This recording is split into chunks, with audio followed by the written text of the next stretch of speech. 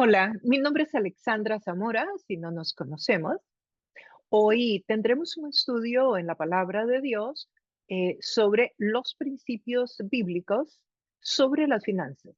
Veremos algunos aspectos generales que tienen que ver con el manejo, la relación que tenemos con las finanzas y los requisitos o principios que Dios nos da para que podamos tener un éxito en el manejo de las finanzas, pero un éxito según Dios. Bueno, te recuerdo, si no te has suscrito, que te suscribas en el canal y que le des un like a este programa si te parece interesante, importante, que otros también lo reciban, ya que cuando tú le das un like, el algoritmo lo envía a muchas personas más que podrán recibir la educación sobre este tema. Bueno, sin más, continuamos. Trataremos de ver una gama de principios bíblicos sobre las finanzas que no necesariamente vamos a cubrir todos, porque, como veremos, el tema de las finanzas es un tema que es muy contemplado dentro de la palabra de Dios y hay muchísimos contextos, pero por lo menos estudiaremos algunos principios más comunes para que puedan arrojar luz a las decisiones que tomamos en estas áreas. Y como señal de introducción, comparto con ustedes que hay más de 5.000 versos en la Biblia que están relacionados con el tema de las finanzas. Hay 38 parábolas que Jesús predicó, de las cuales 16 están relacionadas con finanzas. Esto nos demuestra el lugar tan importante que tienen las finanzas para Dios en relación al ser humano. ¿Y por qué? ¿Por qué será tan importante? Bueno, porque la relación que nosotros tengamos con las finanzas, con el dar, refleja el estado espiritual nuestro, revela lo que hay en nuestro corazón. Interesante, ¿no? El corazón y las finanzas. El corazón, entiéndase como el corazón, el ser interior, no el corazón como el órgano, sino más bien el corazón en el concepto hebreo, que significaba el ser interior, o sea, el ser invisible, la parte nuestra no visible. Y las finanzas, el manejo de las finanzas en todas sus áreas, son un reflejo. De hecho, si tú quieres examinar tu corazón, mira tu chequera, mira los estados de tus tarjetas de crédito y vas a poder ver dónde está tu corazón, porque donde estén tu corazón va a estar donde están tus tesoros. Entonces, cuando tú veas en qué gastas el dinero, en dónde inviertes más dinero mensualmente, pues te vas a dar cuenta en dónde está tu corazón.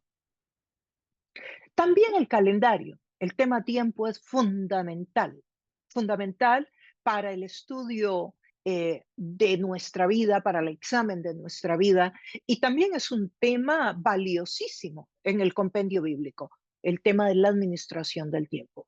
Pero hoy vamos a focalizarnos en la administración de las finanzas, la relación que tenemos con las finanzas. Porque como decíamos anteriormente, donde tengamos el corazón, ahí están nuestros tesoros.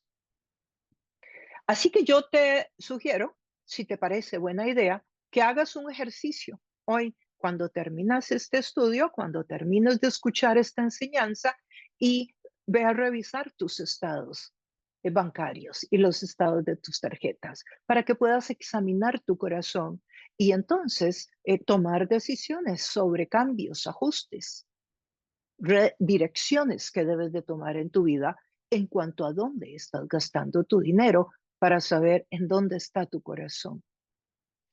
Primera de Timoteo, capítulo 6, verso 10 dice, porque raíz de todos los males es el amor al dinero, el cual, codiciando algunos, se extraviaron de la fe y fueron traspasados de muchos dolores.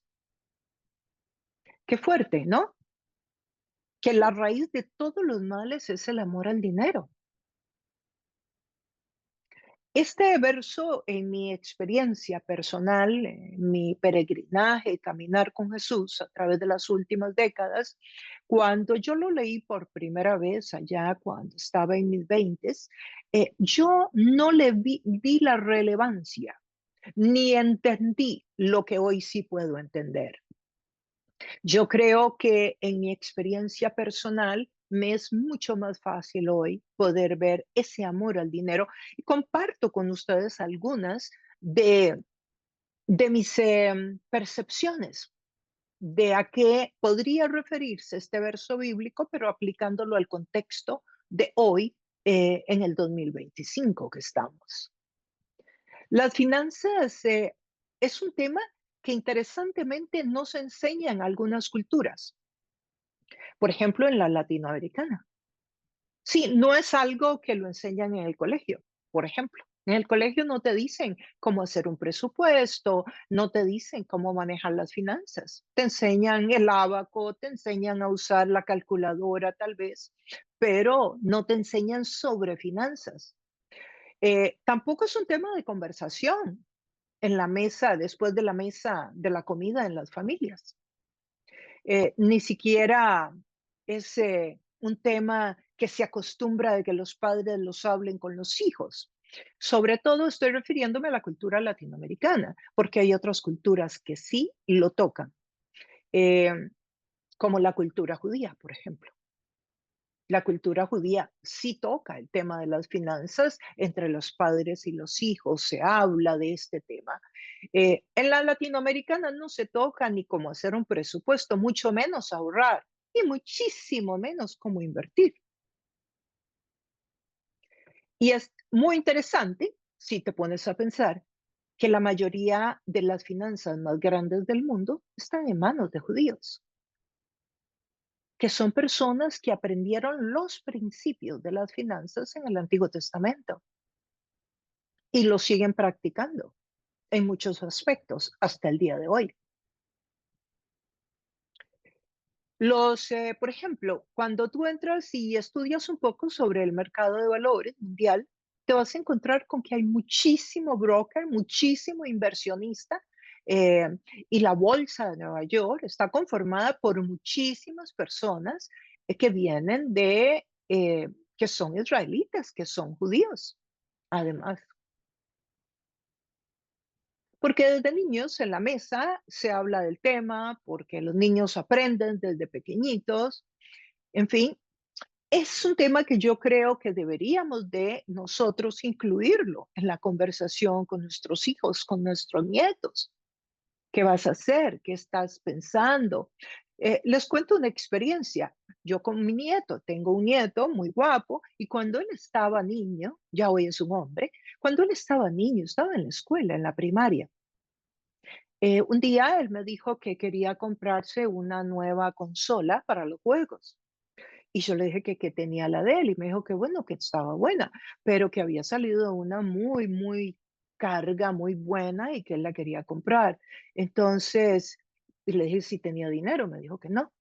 Entonces yo aproveché aquel momento en que él estaba ilusionado y entusiasmado y le propuse que le parecía si la ponía a la venta.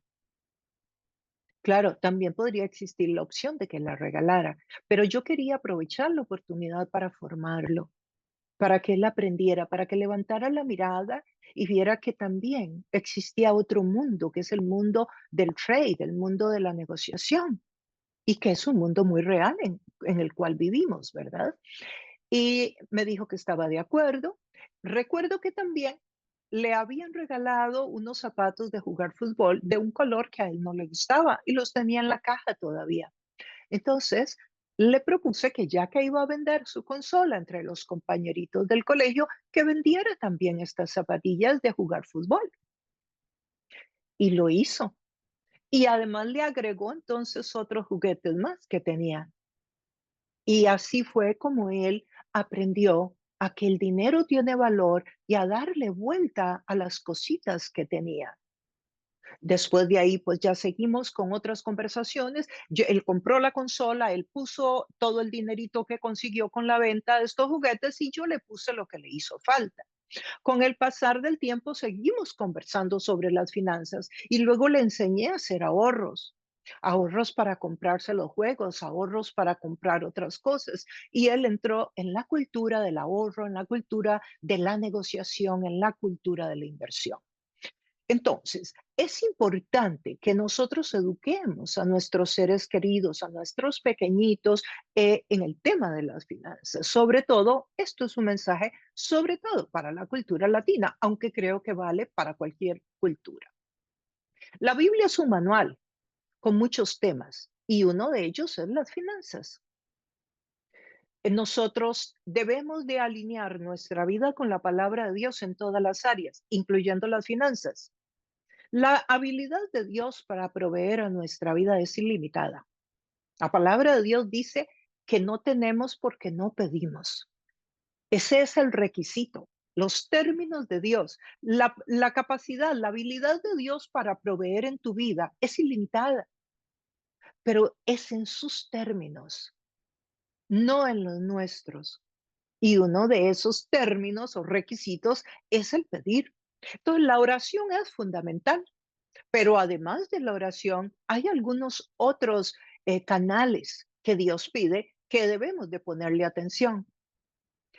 Y uno definitivamente tenemos que considerar y tener presente que el camino a la prosperidad descansa en Dios, que Dios es nuestro proveedor, que Él es quien provee para nuestra vida.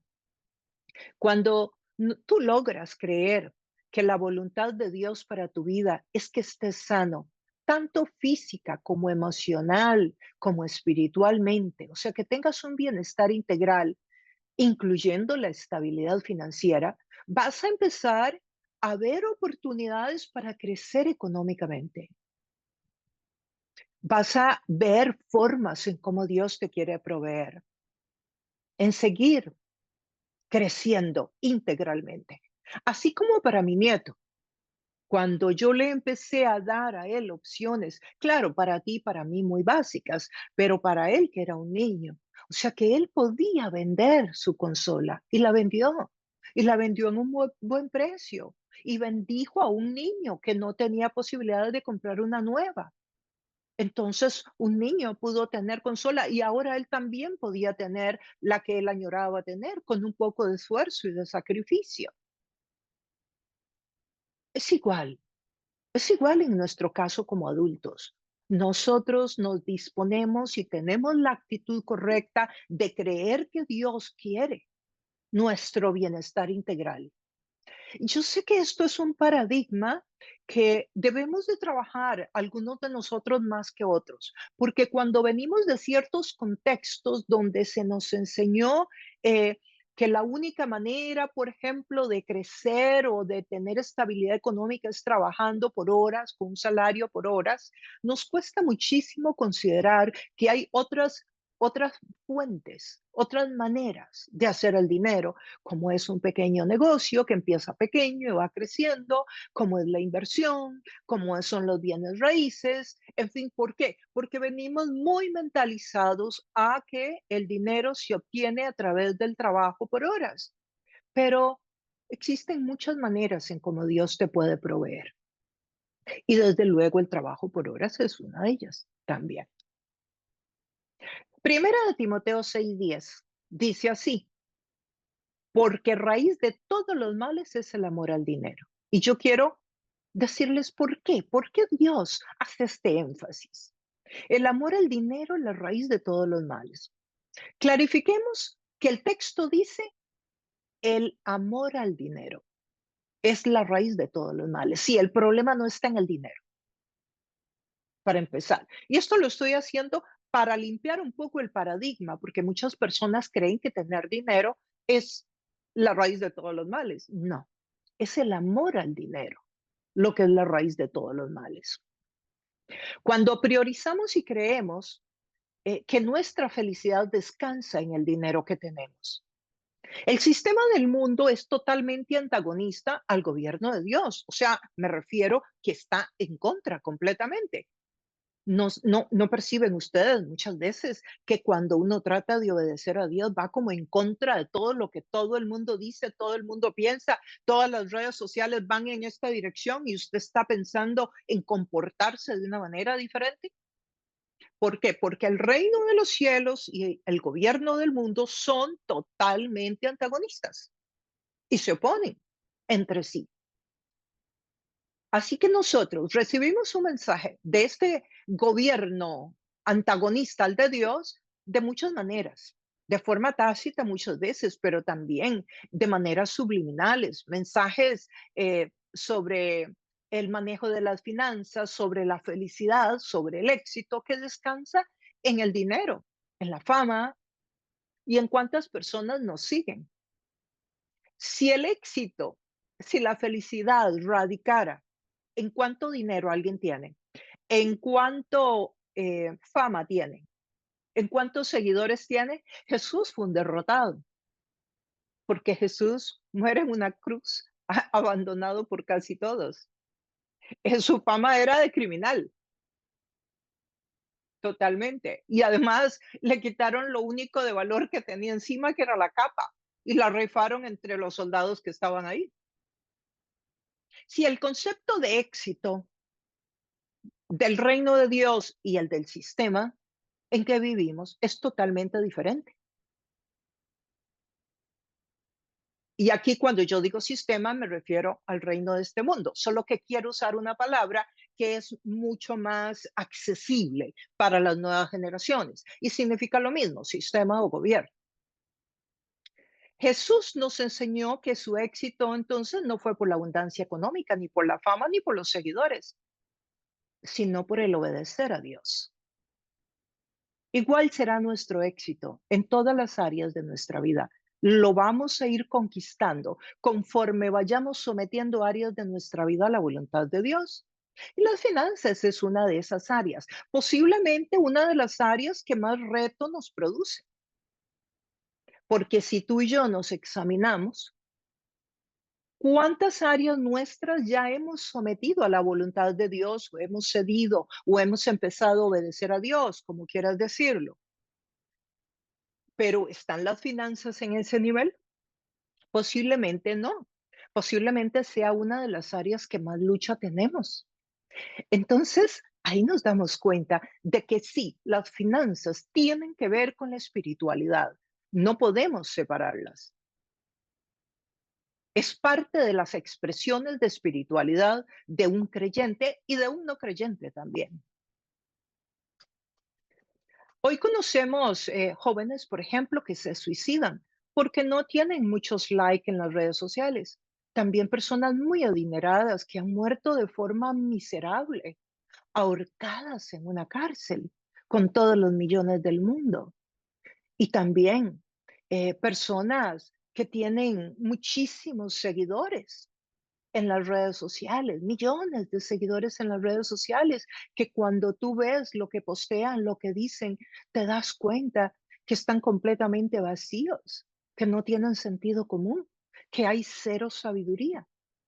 Y sin embargo tienen millones de seguidores. Interesante, ¿no?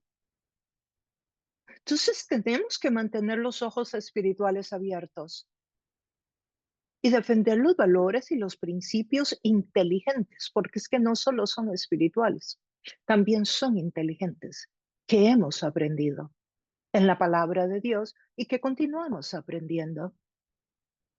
El sistema del mundo cada día queda más evidenciado de que no lleva al éxito.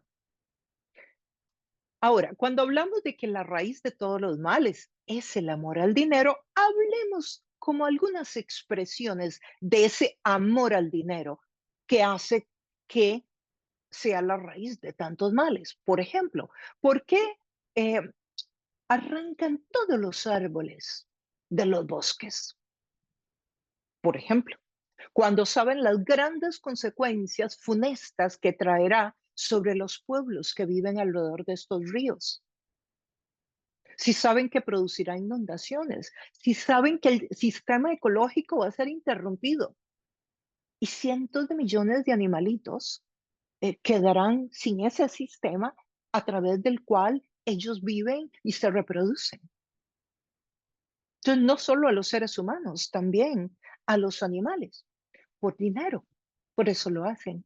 Por eso desforestan todos los árboles, los bosques. No, no les importa las consecuencias que traiga sobre el ser humano. Esa es una expresión, en mi opinión, sobre esa avaricia, ese amor al dinero que produce mal. ¿Por qué están vendiendo comida adulterada? Supongo que lo sabes, que inclusive le ponen madera a muchas comidas. Hoy día que la venden en los supermercados para que tenga un poco más de peso, por amor al dinero. ¿Por qué estas grandes campañas que dicen que venden que la comida no tiene grasa? Sí, no tiene grasa, pero está cargada de azúcar. Y tienen a la población mundial en jaque mate, o sea, con una situación de enfermedades, de diabetes, depresión, una serie de enfermedades impresionantes, porque tienen en letra grande, no tiene grasa. Sí, pero cuando leas la letra pequeña están cargados de azúcar. 22 gramos de azúcar, 14 gramos de azúcar. Y algunos dicen azúcar, tantos gramos más agregados, otro poco de azúcar, dice abajo, si lees las etiquetas. ¿O por qué? Por amor al dinero. ¿Por qué? Por amor al dinero. ¿Por qué le están dando opio a la gente en todas estas series de medicamentos que sabemos que inclusive han puesto lugares en esquinas, en algunas ciudades, para que la gente vaya y tenga su droga libre, sin problema, en lugar de darles un plan de rehabilitación, de buscar cómo sanarlos y liberarlos de su dolencia, su problema, su adicción? No le están dando la droga. Esta gente termina desbaratada moralmente en las aceras de las ciudades por amor al dinero, porque las farmacéuticas se hacen millonarias y no hay quien se les pare porque hay muchos intereses en el asunto. Y yo puedo seguir con más. Esto es algo de lo que yo observo a relieve. Si me meto a investigar, que no es mi tema, porque no soy estudiosa de este tipo de temas, posiblemente me encuentro con muchas cosas más. Pero esto lo menciono para que podamos ver por una rendijita el tema del amor al dinero a nivel macro, no a nivel micro, no a nivel de casa, sino a nivel de instituciones, de gobiernos, de países, de empresas mundiales. A esto es a lo que se refiere el texto cuando dice el amor al dinero. Ahora, en la iglesia también sabemos que la iglesia está expuesta a todas estas tentaciones y el amor al dinero también ha arrastrado a la iglesia.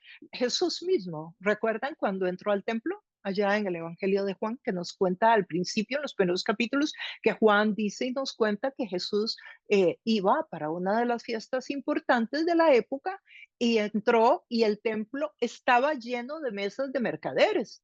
Y dice que Jesús se enojó y tomó un látigo y empezó a volcar mesas. Cuando estudiamos el texto a profundidad, nos damos cuenta de que no fue como que Jesús botó 3, 4 mesas. No, no, pasó por lo menos 4 o 5 horas botando mesas, porque el templo era un lugar donde cabían varios miles de personas. Se cree que habían como 25,000 negocios en Jerusalén en la época de estas festividades. Así que era una cantidad de gente importante la que estaba. Por lo tanto, fueron muchas mesas las que Jesús volcó. Y Jesús se molestó. ¿Y sabes por qué? ¿Por qué se molestó Jesús? Porque estaban vendiendo dentro del templo los animalitos que la gente tenía que comprar en esa festividad para dárselos al sacerdote para el perdón de los pecados. Algunas personas tenían que comprar un tortolito, otras una palomita, dependiendo del pecado de acuerdo a la tradición judía del Antiguo Testamento. Entonces ellos venían a esta festividad, compraban el animalito, se lo llevaban al sacerdote, este lo sacrificaba y esa era la señal del perdón de pecados antes de que Jesús muriera en la cruz. Sabemos que después de que Jesús murió en la cruz, Él es el Cordero inmolado que quita el pecado del mundo. Y si creemos en eso, ya no necesitamos Y si creemos en eso, ya no necesitamos nunca más matar un corderito ni ningún tipo de animalito. Bueno, ellos lo estaban vendiendo. Ese animal tenía que ser perfecto.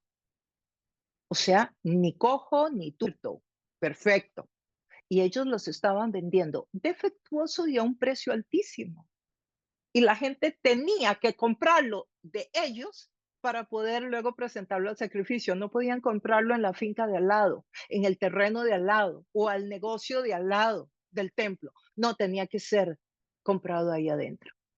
Sí, estaban manipulando a la gente con el tema del dinero, que la gente tenía que pagar grandes sumas para poder recibir el perdón de pecados.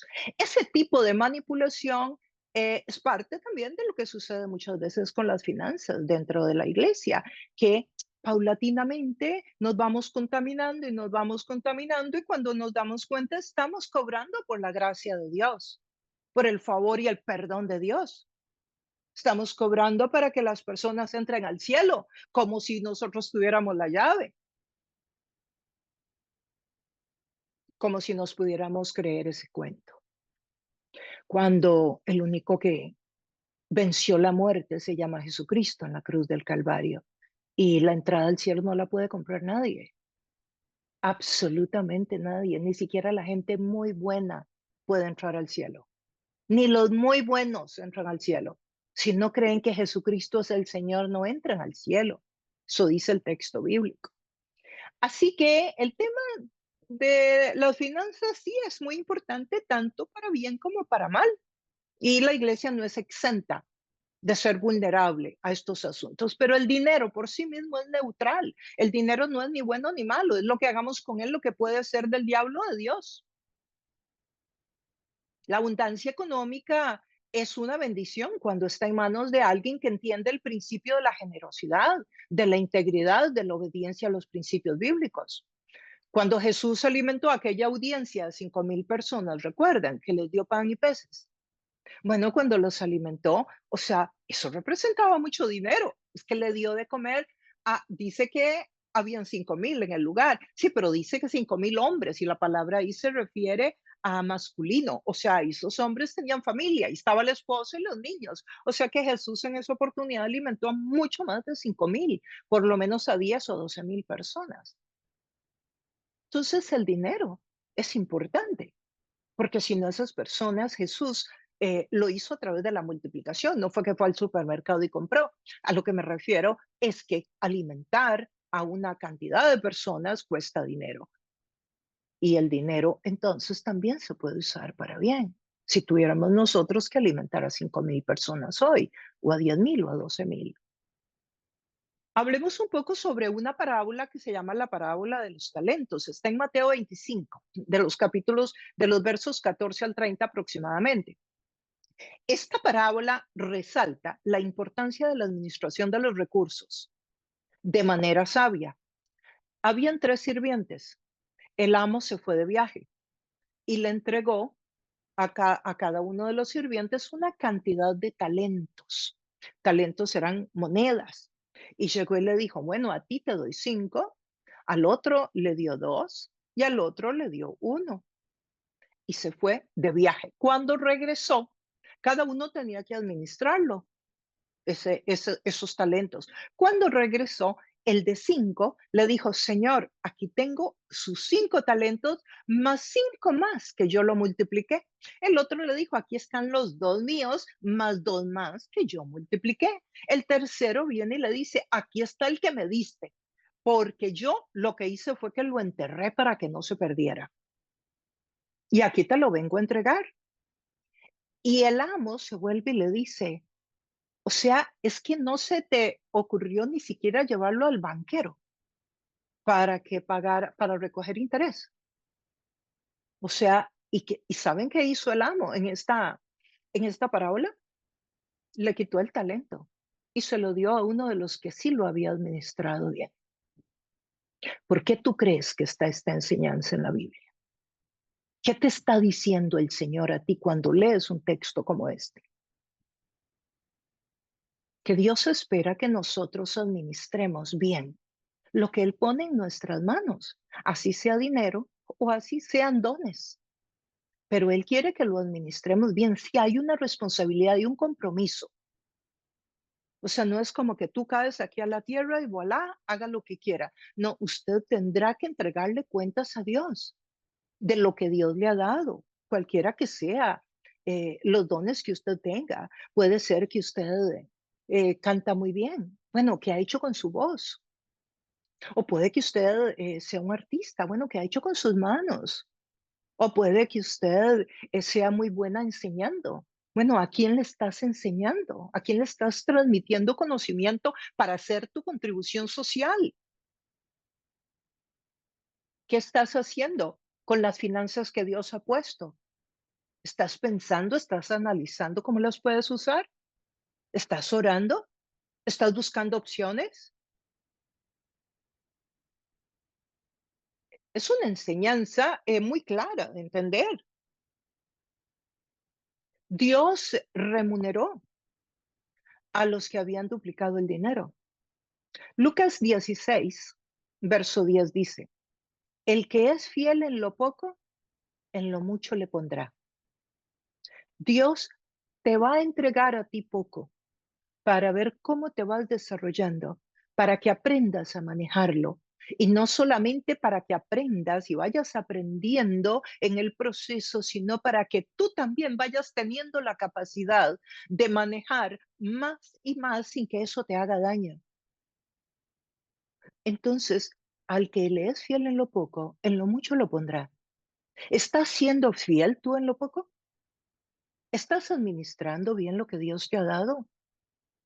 Y como hoy estamos hablando de las finanzas, pues circuncidamos a las finanzas propiamente.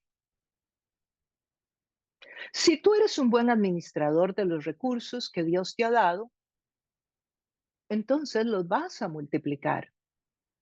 ¿Han escuchado esa historia o alguna persona contarles la historia de que hablaban un idioma, hablaban francés, para decir uno, un idioma, para escoger un ejemplo?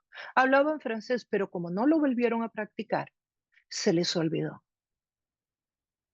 Bueno, lo mismo sucede con las finanzas. Lo mismo sucede con los talentos, con los dones que tenemos. Todo ser humano nace con dones. En alguna área, las personas tienen una facilidad para eso. Es importante descubrirlo. De hecho, un buen liderazgo tiene como función encontrar los dones dentro de su equipo. Lo mismo son los padres. Los padres deben buscar los dones entre sus hijos para saber a qué universidad, a dónde los motivan, dónde los ponen a trabajar, en dónde los motivan a que inicien su trabajo en la vida. Dios te va a probar en pequeñas porciones para prepararte para entregarte responsabilidades mayores. Proverbios 27-23 dice, sé diligente en conocer el estado de tus ovejas y mira con cuidado por tus rebaños. En el Antiguo Testamento, las riquezas se medían por los grupos, por las ovejas, por los rebaños, porque era lo que había. No habían dinero, no había criptomonedas, ni habían dólares, ni habían euros, ni libras esterlinas. Lo que había eran rebaños y graneros. Por eso usted siempre va a encontrar en el Antiguo Testamento, inclusive en el Nuevo Testamento, que cuando se habla de dinero, se habla generalmente de rebaños y de graneros. Dice que debemos ser diligentes en conocer el estado de nuestros rebaños. O sea que tú debes de conocer lo que tienes, saber cuántas finanzas tienes en la cuenta del banco, cuánto debes en la tarjeta de crédito, cuánto es el interés que estás pagando, en qué y lo que vas a comprar. ¿Vale ese precio que estás pagando? ¿Ya te fijaste bien que la romana donde compras las verduras no esté alterada? Sí, a eso se refiere. ¿Cómo manejas tú el dinero en tu billetera? ¿Echas un puño de billetes todo arrugado o lo manejas ordenado? Eso va a reflejar muchísimo. Y eso ya lo estoy diciendo yo desde la psicología, porque eso te va a ayudar muchísimo a identificar el lugar y la prioridad y el respeto y la relación sana que tienes tú con las finanzas. Generalmente una persona que no tiene una relación sana con las finanzas no sabe cuánto tiene en la cuenta, no sabe en qué está gastando, no sabe cuánto le cuesta, no sabe por qué cuesta eso, no sabe cuánto cuestan los huevos, no tiene idea cuánto cuesta la leche y los billetes los han hecho un puño en la cartera. Pero bueno, puede que haya alguien que haga eso y no necesariamente tenga una relación tan pobre con las finanzas. Hablemos del tema de economizar e invertir. ¿Qué nos dice la Biblia? Proverbios 21 dice, 20 dice, tesoro precioso y aceite hay en la casa del sabio, mas el hombre insensato todo lo disipa. Nótese otra vez que, ¿qué es lo que hay en la casa del sabio en el Antiguo Testamento? Aceite, claro, porque se medía por grano, por aceite, por ovejas, como les decía anteriormente. Pero el hombre insensato dice, todo lo disipa, todo lo gasta, todo lo gasta. Lo mismo que le entró, se lo gastó. Eso es lo que quiere decir. El ahorro está contemplado en la Biblia. Debe ser un principio que todos debemos de aplicar. El principio del ahorro te prepara para una situación imprevista, pero también para aprovechar las oportunidades de inversión, para multiplicar tus finanzas. Díganme que no es como bueno tener $100 o 100 pesos o 100 colones y que se te multipliquen 200 o 1000 en 1000, porque tienes una idea y los haces multiplicar a través de una idea. El ahorro son principios que en algunas culturas ni se enseñan, pero que debemos de implementarlos porque están en la palabra de Dios. Jesús habla de la planificación, habla de la inversión. Y habla del análisis. Jesús habla del análisis, de la inversión, de la planificación. El presupuesto, por ejemplo, es una forma de decirle al dinero a dónde tiene que ir.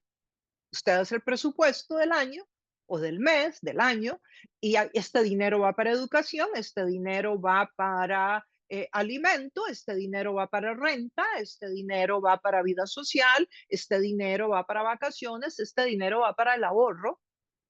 Y ya usted, cuando usted tiene presupuesto, ya usted le está diciendo al dinero para dónde va y no que el dinero le diga a usted a dónde quiere ir o se vaya para donde quiera. Porque cuando usted no tiene presupuesto, su dinero en este año se irá a donde él quiera. Lo primero que se te ocurra. Ahí va a ir el dinero. Y llegarás al 2025 y seguirás como estás ahora, sin tener absolutamente ninguna estabilidad económica porque no hiciste un presupuesto. Eclesiastés 11:2 dice, reparte a 7 y aún a 8, porque no sabes el mal que vendrá sobre la tierra. Este verso se refiere, no lo voy a explicar todo, pero se refiere a que hay situaciones impredecibles, situaciones que llegan a nuestra vida y que no podrán estar dentro de nuestro plan.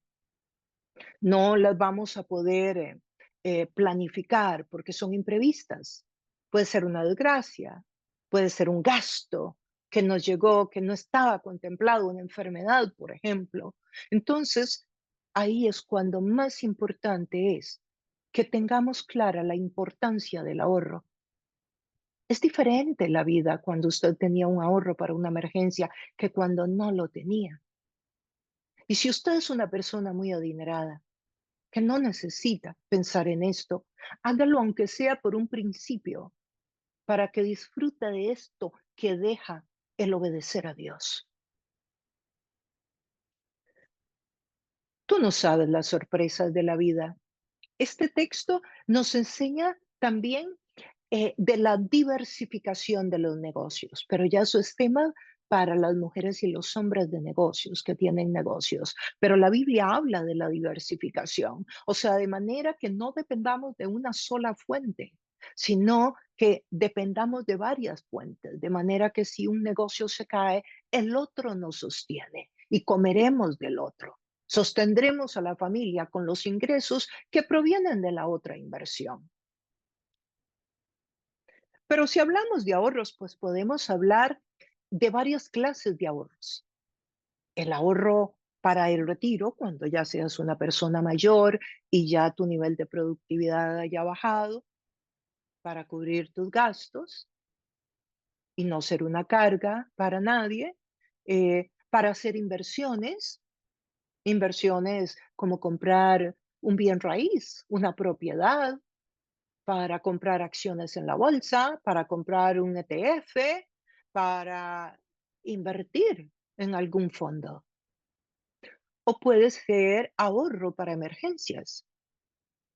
Por ejemplo, te quedaste sin trabajo, poder tener 6 meses, que es lo que aconsejan los financieros, tener 6 meses de salario apartados en una cuenta siempre, para que te dé tiempo de buscar trabajo y no vayas a tener que andar en ansiedad porque perdiste el trabajo y no tienes ni siquiera para pasar 3, 4, 5, 6 meses buscando trabajo. Entonces son 3 clases de ahorro las que mencioné. Para el retiro es un ahorro que no se toca hasta que llegues a la edad adulta. Para inversiones, para comprar un auto que te sirve para movilizar la mercancía o para emergencias, que te aseguren el futuro. Claro que tenemos muchos enemigos que tratan de robarnos estas enseñanzas, como la gratificación inmediata, que es parte de los agregados que están viniendo con la cultura que estamos viviendo. Es que es como un enemigo gigante del ahorro. La gratificación, compra esto, compra lo otro, mira esto otro, y más con este sistema de mercadeo tan agresivísimo, de que inclusive a través de los audífonos que usamos, parece que pueden leer hasta las ideas que vienen a tu mente de cosas que quieres, y luego las ves que te aparecen en las redes sociales, hasta en el color que te gusta, porque ya te saben cuál es el color, ya saben cuál es el estilo, ya saben cuál es el precio, ya te conocen y te tienen borbandeado o borbandeada con el mercadeo. Bueno, hay que entonces estar más conscientes de estas situaciones para poder tener el ahorro, vencer estos retos, por decirlo de alguna manera. Hablemos de deudas. Proverbios 6 del 1 al 3. Hijo mío, si salieres fiador por tu amigo, o sea, si fías a un amigo, si empeñaste tu palabra a un extraño, o sea, si fías a un amigo o a un extraño, te has enlazado y has quedado preso con lo que firmaste. Aquí dice con los dichos de tus labios, pero es que en ese tiempo no se firmaban documentos. Ahora, hijo mío, líbrate, porque caíste en manos de tu prójimo. Eso está en Proverbios 6. Dice que uno no debe fiar a un amigo ni fiar a un extraño. Yo creo que la forma en cómo uno podría fiar a alguien debe ser porque es alguien por quien tú estarías dispuesto a pagar ese dinero si no pudiera. Eso creo como debe ser. O sea que si esa persona no pudiera pagar, tú lo pagas. Y lo pagas sin perder la amistad. Evitar las deudas. Una deuda vale la pena cuando se convierte en inversión. Que vas a comprar una casa, por ejemplo, y que con la plusvalía va a ir ganando más. Invertir en mercancía que vas a vender por una ganancia superior. Invertir en un auto que te va a movilizar, que te va a permitir ir al trabajo, volver o movilizar mercancía. Aunque algunas veces las deudas son necesarias para el crecimiento, como cuando alguien comienza un negocio. Sin embargo, la Biblia nos dice que tengamos cuidado porque pueden ser muy peligrosas. Proverbios 22:7 dice, el rico se enseñorea de los pobres y el que toma prestado es esclavo del que presta. Muy claro, ¿no? Hay que tener cuidado con las tarjetas de crédito. Las tarjetas de crédito son una de las trampas que más familias tienen en ansiedad, en pleitos. ¿Sabías tú que el porcentaje más alto de divorcios es por razones económicas? Qué duro, ¿no? No es porque no se quieren, no es por infidelidad, es por razones económicas. Así que las finanzas hay que tenerles respeto, porque pueden ser un amigo o un enemigo si no las sabemos manejar. Las tarjetas de crédito son una de esas razones. ¿Por qué? Porque como es plástico, no sentís que estás contando el billete uno detrás del otro. Entonces, ¿qué sucede? Pues cuando te das cuenta, estás gastando una cantidad de dinero que no la vas a poder pagar.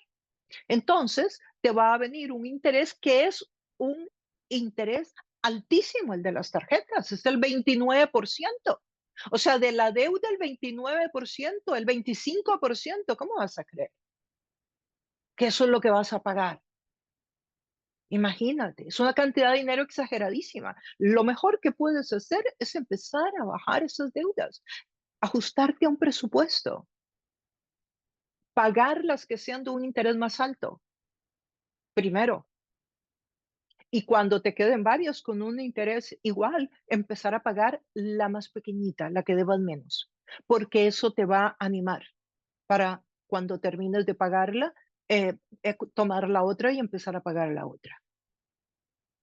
Pero es importante que vivamos con lo que producimos, que no gastemos más de lo que producimos y que luchemos contra esa gratificación inmediata de sentirnos bien por comprar algo más que tal vez ni siquiera vamos a disfrutar tanto. Se puede tratar de tener cositas para ir a trabajar, ropita y las cositas necesarias sin hacer un gran derroche con nuestro dinero y meternos en deudas. Cuidado con las tarjetas, mucho cuidado. Y si estás metido con tarjetas ya, empieza a salir lo antes posible. Lo importante es comenzar. Y claro que se puede. Claro que sí se puede. Y si no, mete todas las tarjetas en una sola deuda donde te cobren un interés más bajo y empiezas a sacarlas, a irlas pagando poco a poco. Romanos 13:8 dice, no debáis a nadie nada, sino el amaros unos a otros. O sea, que no le debamos a nadie nada, que tratemos de no deberle a nadie nada. No debemos de deberle a la gente. Pagar las deudas no es solamente una estrategia financiera, sino que es un mandamiento bíblico. Una vez más, podemos confirmar que la relación que tengamos con el dinero refleja nuestra salud espiritual también. Y desde luego afecta la emocional y la física inclusive, porque una persona con deudas emocionalmente puede andar con unos episodios de ansiedad, de bruxismo, de insomnio, de colitis, de gastritis, o sea, enfermedades físicas.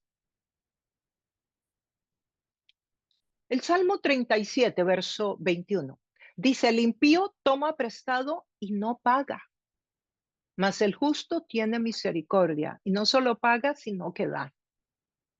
Sí, el Señor quiere que nosotros tengamos abundancia para que no solamente podamos cumplir con nuestras necesidades, sino que además podamos dar y desde luego pagar todas nuestras deudas.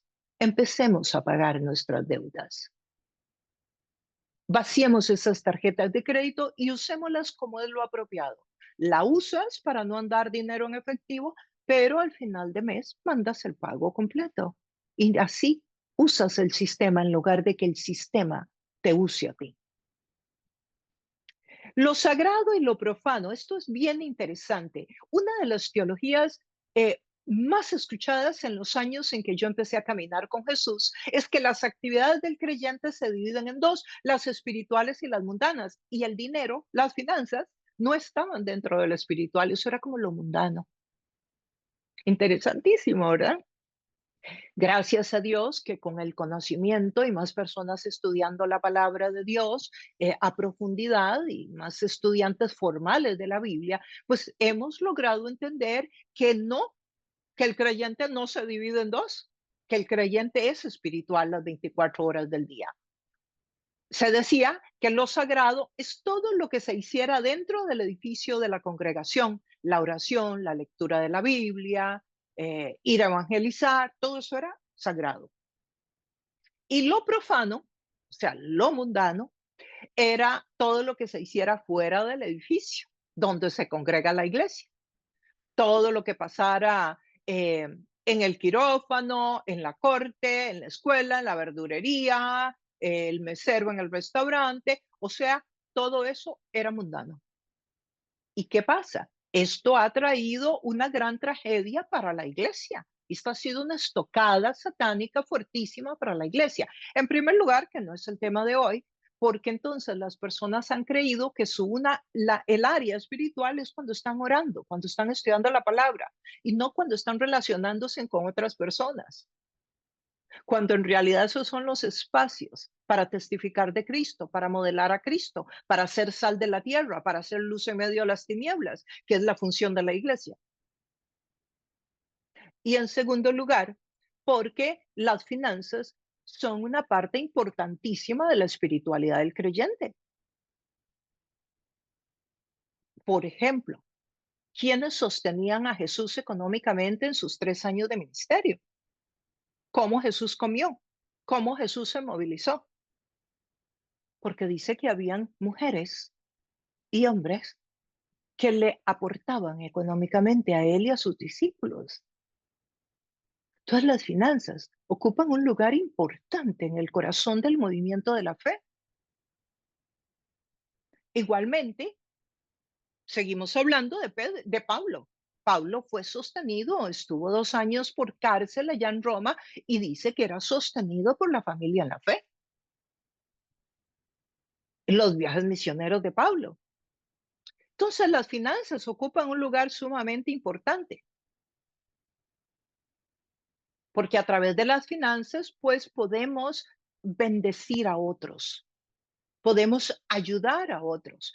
Y el trabajo que hacemos en el quirófano, en la escuela, en la verdurería, en el restaurante sirviendo mesas, ese es un trabajo que si lo hacemos para el Señor, es espiritual. Y debemos de hacerlo como para Dios. Dice Colosenses 3:23, todo lo que hagáis, hacedlo de corazón como para el Señor y no para los hombres, sabiendo que del Señor recibiréis la recompensa de la herencia, porque a Cristo el Señor servís. O sea, cuando tú estás atendiendo a una persona en esa mesa del restaurante, estás sirviendo a Dios. Esa es tu contribución, ese es tu ministerio, ese es tu espacio de acción, tu espacio de influencia. Y es con tus compañeros y con tus amigos y con los clientes que vas conociendo donde Dios te proveerá los espacios para que puedas testificar y ser luz. No estoy diciendo que uses el tiempo del trabajo para hablar de Dios o para leer la Biblia. No. Estoy diciendo que con tu estilo de vida, en el lugar donde trabajas, con esa sonrisa que tú recibes de servicio al cliente, a esa persona, con esa actitud agradable y tranquila y serena en medio de la angustia de tus clientes, es cuando tú haces la contribución. Por lo tanto, no podemos separar la vida del creyente en dos, lo profano y lo sagrado, porque todo nuestro ser 24 horas al día es espiritual, aunque lo que estemos haciendo sea almorzando, porque somos espirituales.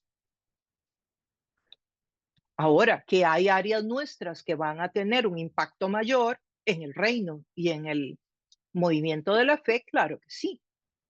No es lo mismo cuando yo estoy sentada, por ejemplo, en un parque o cuando estoy en el gimnasio haciendo ejercicios, que cuando estoy aquí enseñando la palabra de Dios, lógicamente. Pero yo no dejo de ser espiritual porque estoy en el gimnasio. De hecho, eh, es impresionante cómo esta separación llegó inclusive a dejar mensajes casi como de que ser entre más pobre, más santo. Y eso es por todo un legado que venimos arrastrando desde algunos monjes antiguos que hicieron votos de pobreza. Entonces ha quedado la idea de que los más pobres son más santos. Y no es así. Santo es a quien Cristo haya santificado en la cruz del Calvario, así sea millonario o sea un mendigo en la calle. La santidad no tiene nivel, te la da Dios y el estilo de vida luego con que tú camines. pero no tiene que ver con cuánto dinero tengas o cuánto dinero no tengas. Proverbios 10:4 dice, la mano negligente empobrece, mas la mano de los diligentes enriquece. La Biblia promueve el valor del trabajo. El trabajo es importante y el trabajo no está dentro de la maldición como algunas personas creen. Dios le dio a Adán y Eva el mandamiento de que administraran la creación. Les dijo, enseñorecen, administren, sean mayordomos de todo esto que crié, pero en ningún momento eso lo dijo después de la caída, no, eso lo dijo antes de la caída. O sea que el trabajo es parte de lo que Dios espera de todos los seres humanos. Y encontramos mucho texto bíblico al respecto. Los tiempos bíblicos, la capacidad financiera de las personas, como dije anteriormente, se medían con el ganado, se medían con el grano, con el aceite. Por eso ustedes van a encontrar casi todas las enseñanzas en relación a eso. Hay un texto interesante de Jesús en cuanto a la planificación que mencionaba anteriormente, está en Lucas 14:28, dice así, porque ¿quién de vosotros queriendo edificar una torre no se sienta primero y calcula los gastos a ver si tiene lo que necesita para acabarla? Si la planificación, el presupuesto están en el engranaje bíblico. Y nosotros, como buenos seguidores de Jesús, debemos de aprender estos principios. El presupuesto es fundamental para poder guiarse en las personas, definitivamente. Ahora, en nosotros debe haber contentamiento, claro. Timoteo nos dice, 1 Timoteo capítulo 6, pero gran ganancia es la piedad acompañada de contentamiento. O sea, nos habla de que debemos de tener contentamiento, pero tener contentamiento no significa conformismo, no significa que no tengamos el deseo de superación, de trabajar, de superarnos, de darle una mejor educación a nuestros hijos, de proveer un alimento más sano para nuestra casa. El sistema del mundo trata continuamente de enviar un mensaje a la gente de insatisfacción con lo que tiene y con lo que es. Hay como una trampa psicológica y espiritual para hacernos creer que la gente va a estar más contenta cuando tiene más, económicamente hablando, y eso no es cierto. La felicidad no se fundamenta en cuanto nosotros tengamos, se fundamenta en obedecer a Dios, en caminar con Dios, en caminar en los principios bíblicos. El consumismo es una trampa que tenemos que tenerla ahí en observación siempre. Tenemos textos bíblicos que nos hablan de muchos temas en cuanto a las finanzas y el agradecimiento es uno de ellos. Es importante reconocer y darle gracias a Dios por lo que Él nos da, por la provisión que Él trae a nuestra vida, por la estabilidad económica que Él nos puede dar.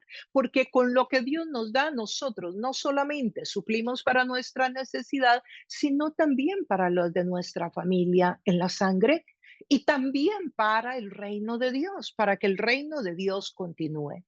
Miren, yo, por ejemplo, soy una persona que he tenido la oportunidad de estudiar. He estudiado 2 maestrías, una en Singapur y otra en Michigan.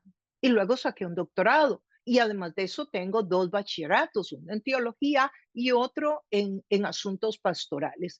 Y sabes una cosa, la educación mía ha venido de personas que han pagado por mis estudios.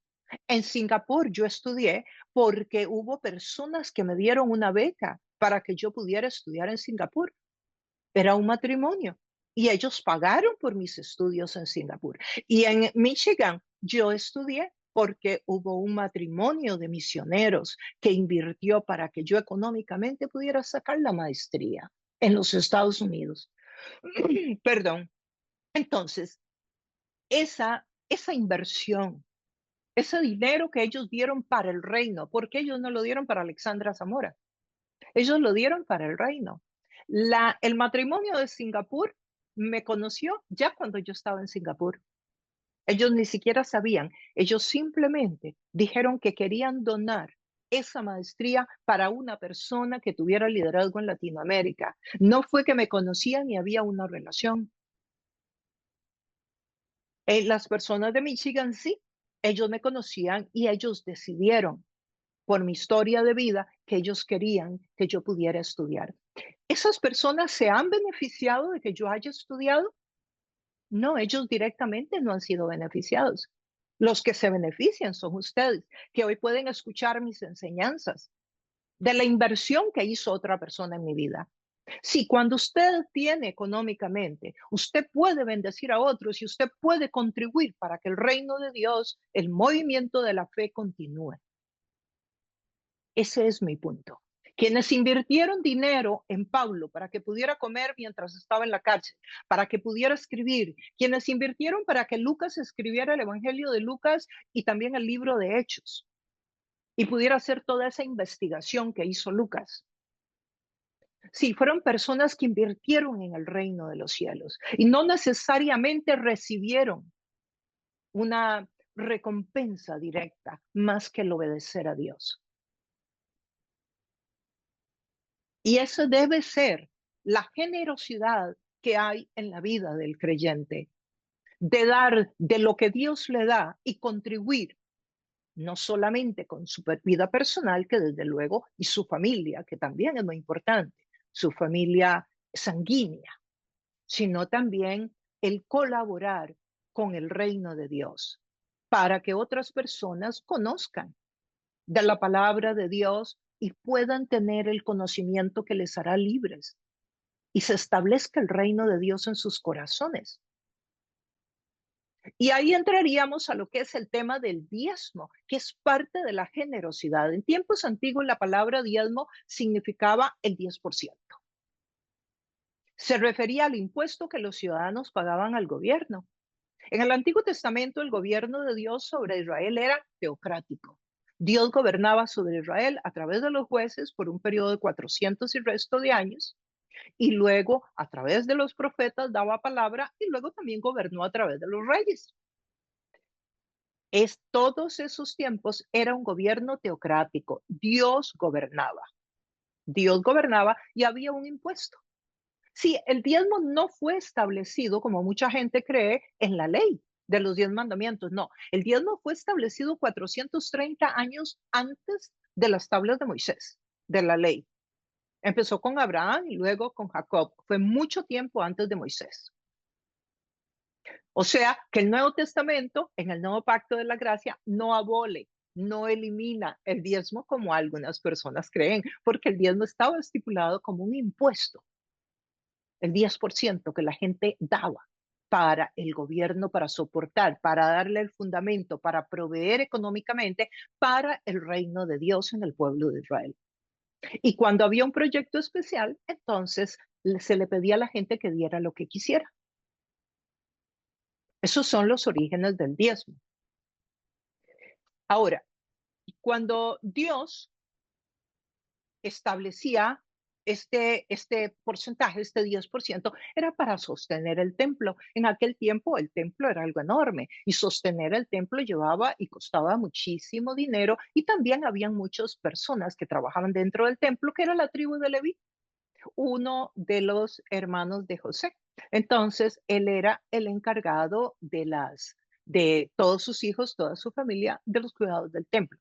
Y a ellos, pues también se les sostenía con ese dinero, que vendría a ser un equivalente hoy de los que trabajamos en la obra del Señor tiempo completo, en la enseñanza, en el estudio de la palabra, en la oración, en visitar a los enfermos, en el acompañamiento en crisis, etcétera. Las labores propias de un pastor o de cualquiera de los ministerios que está consagrado para estos asuntos que tienen que ver con el cuidar al rebaño de Dios, como Dios le llama en su palabra.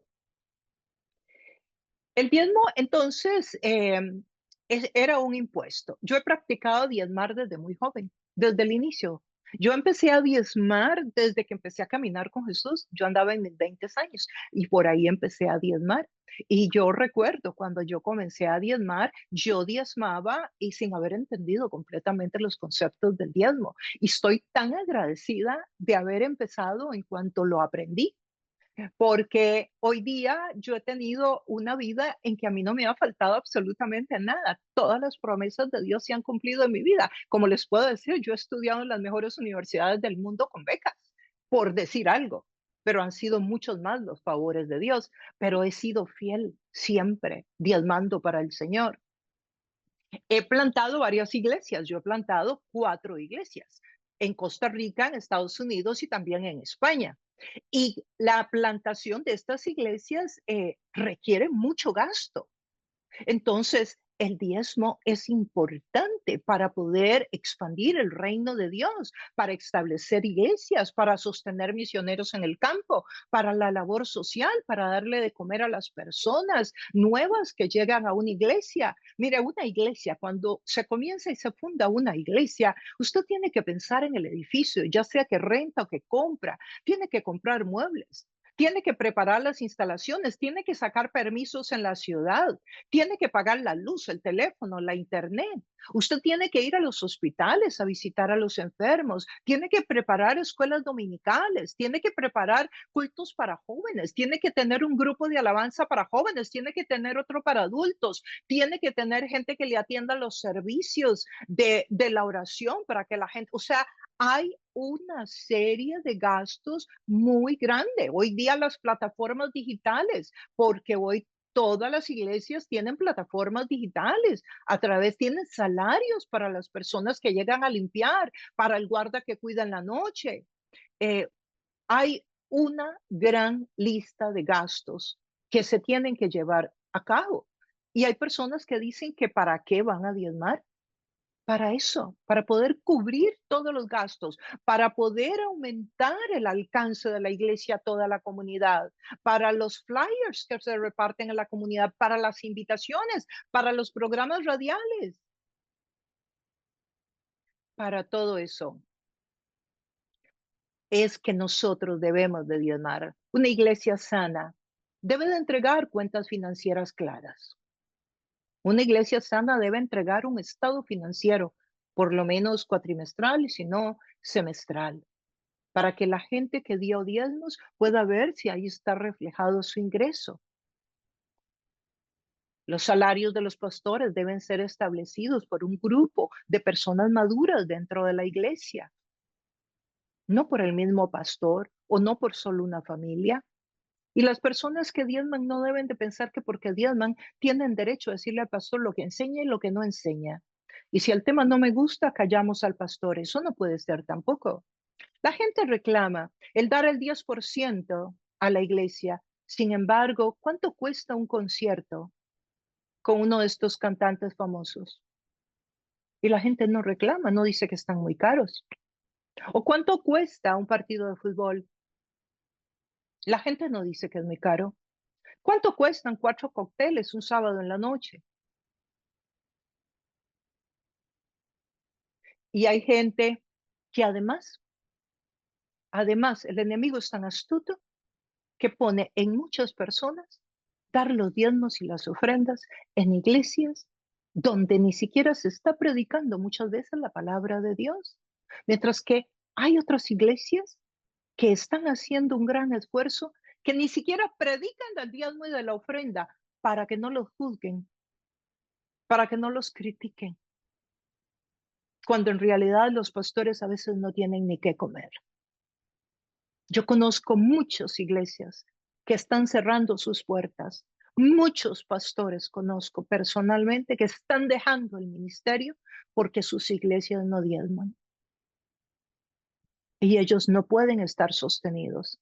Yo conozco aquí en los Estados Unidos muchísimos amigos míos que son carpinteros, que son albañiles, aquí mismo en Miami, y que trabajan durante el día debajo del sol de Miami para llegar a las 6 de la tarde a la casa, para bañarse en carrera, para ir a dirigir el culto a las 7, porque las iglesias no diezman.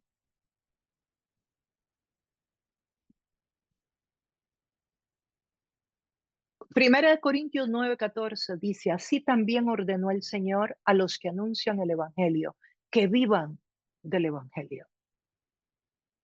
Eso es lo que Dios ordenó. Léalo, 1 Corintios 9:14, ahí está.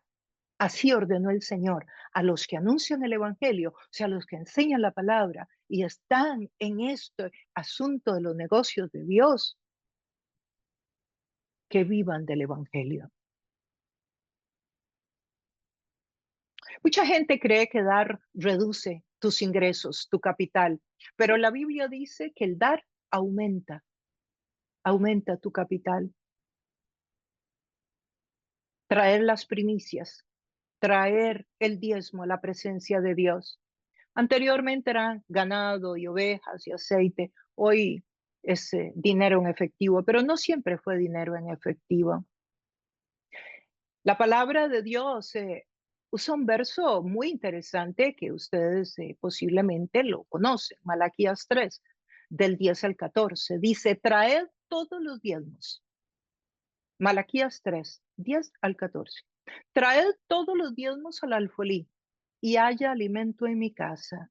O sea, que traigan los diezmos. El alfolí era un lugar donde se ponían los diezmos. Dice, y que haya alimento en mi casa. O sea, que tengan sus hijos, sus hijas que trabajan en los asuntos de Dios, que tengan alimento. Y probadme ahora. Es el único verso de toda la Biblia que dice, y probadme ahora en esto. Dice Jehová de los ejércitos, si no os abriré las ventanas de los cielos y derramaré sobre vosotros bendición hasta que sobreabunde. Que lo probemos, que diezmemos y lo probemos para ver qué es lo que va a hacer Él. Eso dice Dios en su palabra. Y en el verso 11 dice, y reprenderé también por vosotros al devorador, y no os destruirá el fruto de la tierra. O sea, el enemigo no podrá tocar tus finanzas, tu estabilidad financiera, ni vuestra vida en el campo. O sea, nuestras finanzas, Dios saldrá como un escudo a protegernos y también impedirá que el enemigo se pueda robar nuestro dinero, poniendo enfermedades, poniendo desgracias, poniendo tropiezos para que tengamos que gastar el dinero en cosas, porque todo eso él lo maneja muy bien. Malaquías 3 entonces nos invita a que diezmemos y nos da la promesa de que Dios va a ser nuestro escudo, de que Él va a abrir las ventanas de los cielos sobre nosotros. En ninguna parte de la Biblia usted encuentra un versículo con este contenido tan claro sobre el diezmo, la generosidad del creyente para con Dios. Nuestro Dios está interesado en bendecirnos, en bendecirnos. Diezmar entonces no es un mandamiento bíblico, sino que es un principio que desata bendición económica sobre nuestra vida. Cuando usted le entrega el 10% a Dios, Dios te da el 100% y espera que tú le devuelvas el 10%. Ese 10% no era tuyo. Dios lo puso en nuestras manos para que nosotros lo devolviéramos. Yo les digo a ustedes, yo he diezmado desde joven, desde que empecé en el camino del Señor. Y yo no diezmo, yo doy mucho más que el diezmo. Y puedo decirte que yo no sé lo que es pasar un día una necesidad. La fidelidad de Dios para conmigo ha sido completa y absoluta. Y no puedo saber a ciencia cierta cuántas veces Dios habrá salido de escudo por mí contra el maligno y que tal vez yo ni me he dado cuenta, pero que no sufrí las consecuencias porque estaba cumpliéndose esta promesa de Dios de los que le diezman. ¿Y no te parece interesante que en un asunto financiero Dios diga que lo probemos? ¿Y no te parece interesante que además diga que nos va a defender del maligno? ¿Por qué no dice que nos va a defender del maligno cuando estemos de rodillas? ¿O por qué no dice que nos va a defender del maligno cuando, no sé, cuando reprendemos al diablo? No, dice que es cuando diezmamos. Porque es como un termómetro el tema de las finanzas, ¿no? Como hablábamos al principio, ¿dónde está tu corazón? Ahí están tus tesoros. Es una forma de darle gracias a Dios. El diezmo, a mí en lo personal, yo lo empecé a dar sin entender mucho, pero yo estaba tan agradecida de lo que había encontrado, del tesoro que había encontrado, que era mi forma de agradecerle a Dios. ¿Qué otra cosa tenía yo para darle? Y me encontré con el diezmo. La generosidad es un principio divino de multiplicación, de abundancia, de estabilidad financiera. Dios nos llama a que nosotros administremos las finanzas correctamente en todas las áreas de nuestra vida, desde planificar, crear un presupuesto, hacer un ahorro a largo término, a mediano, para inversiones y también corto, para asuntos y emergencias que puedan salir en el camino, a eliminar las deudas, a tratar de pagar todas nuestras deudas, a tener una buena administración de las finanzas, saber dónde está nuestro dinero, cuánto es, en qué pagamos, y también de invertir, de multiplicar lo que Dios nos ha dado. Dios quiere que salgamos del conformismo. Dios quiere nuestro bienestar, pero para que tengamos ese bienestar es en sus términos, no en los nuestros. Y dentro de todo esto está el dar el 10% para la extensión de su reino. ¿Y dónde lo tenemos que dar? Cada uno, cada uno de nosotros que está escuchando esta enseñanza, si tú vas a una congregación, si tú te congregas en un lugar donde te pastorean, donde te cuidan, donde cuando ocupas un consejo están para ti, donde preparan la palabra y la sirven como en una mesa para que tú te alimentes, ese es el lugar donde debes de diezmar. No debes de tomar la decisión de administrar el diezmo como a ti te parezca, de darlo a donde a ti te parezca. Eso no es lo que dice la palabra. Ah, bueno, yo voy a tomar mi diezmo y se lo voy a dar, no sé, a tal grupo, porque yo eso es lo que creo y lo que quiero. Bueno, eso es lo que tú crees y quieres, pero para que tengas la bendición de Dios debes de manejar ese asunto de acuerdo a la palabra de Dios.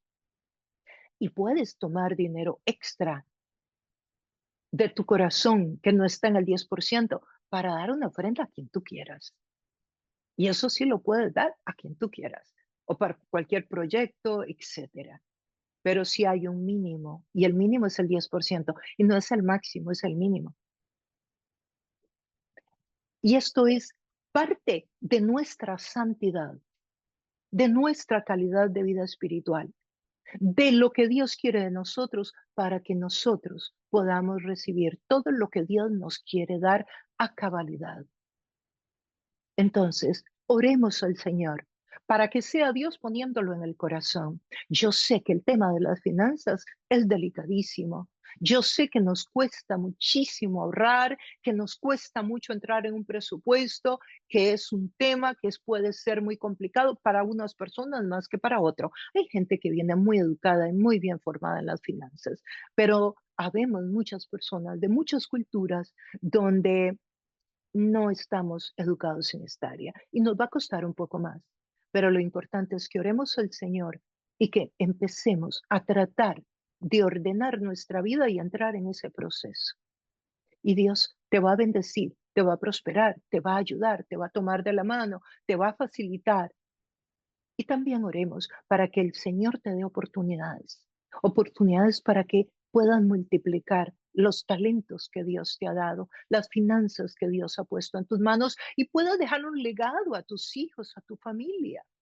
Porque también todo eso es mencionado en el texto bíblico. Yo no lo toqué hoy porque es un tema muy vasto y muy amplio. Yo lo que hice fue tocar algunos principios generales que te puedan ayudar y orientar. Que el Espíritu Santo te guíe, que Dios te muestre y que Dios ponga en ti el querer como el hacer para que lo puedas hacer. Queridos amigos y amigas, muchísimas gracias por acompañarnos una vez más en este estudio de la palabra de Dios. Continuaremos orando por ti. Si tienes preguntas, comentarios, déjalos aquí mismo y yo regresaré en estos días y estaré contestando cualquier inquietud que haya surgido o área en la que yo no haya cubierto bien el tema. Bueno, te recuerdo, si no te has suscrito, suscríbete en el canal para que recibas notificación cada vez que publiquemos un estudio. Y si te pareció interesante el tema que cubrimos hoy, bueno, dale un like a este programa para que el algoritmo lo envíe a muchas personas y muchos más reciban esta educación y así tú contribuyas con muchas familias más. Bueno, un abrazo, nos despedimos por ahora y nos vemos en el próximo estudio.